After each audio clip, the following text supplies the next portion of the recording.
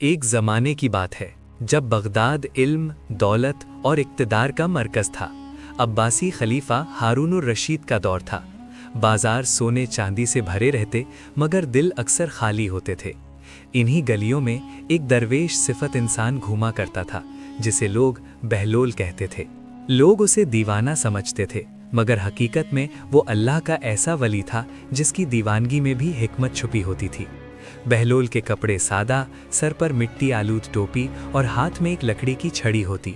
وہ دنیا کی چمک دمک سے بے نیاز مگر لوگوں کے دلوں کے حال سے خوب واقف تھا۔ ایک دن بہلول مٹی کے چھوٹے چھوٹے گھر بنا کر شہر کی بازار میں زور سے آواز لگاتا ہے، آؤ بھائی جنت خرید لو، ایسی جنت جو کبھی ختم نہ ہو۔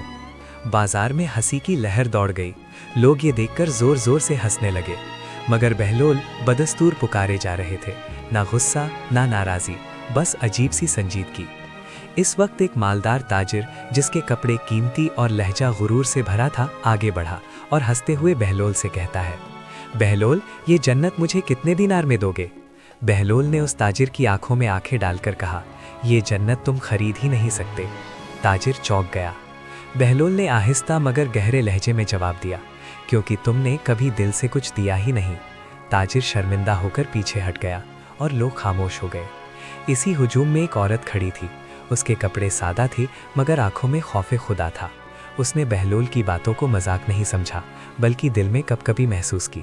وہ آگے بڑھی اور بولی، اے بہلول، اگر جنت واقعی بکتی ہے تو مجھے بتاؤ اس کی قیمت کیا ہے؟ بہلول کے چہرے پر مسکراہٹ آ گئی۔ انہوں نے فرمایا، جنت کی قیمت بہت آسان ہے مگر ادا کرنا مشکل ہے۔ ایک سچا سجدہ، ایک بھوکے کو کھانا، ایک مظلوم کا ساتھ اور ایک گناہ پر سچی توبہ۔ عورت کی آنکھوں سے آنسو بہنے لگے۔ اس نے وہیں کھڑے کھڑے اپنے پاس موجود چند سکے ایک غریب بچے کو دے دیے اور کہا، میں نے یہ سودا اللہ سے کر لیا ہے۔ بہلول نے آسمان کی طرف دیکھا اور کہا، اے لوگو، گواہ رہنا، اس عورت نے وہ جنت خرید لی جسے تم مذاق سمجھ رہے تھے۔ بازار پر سناٹا چھا گیا۔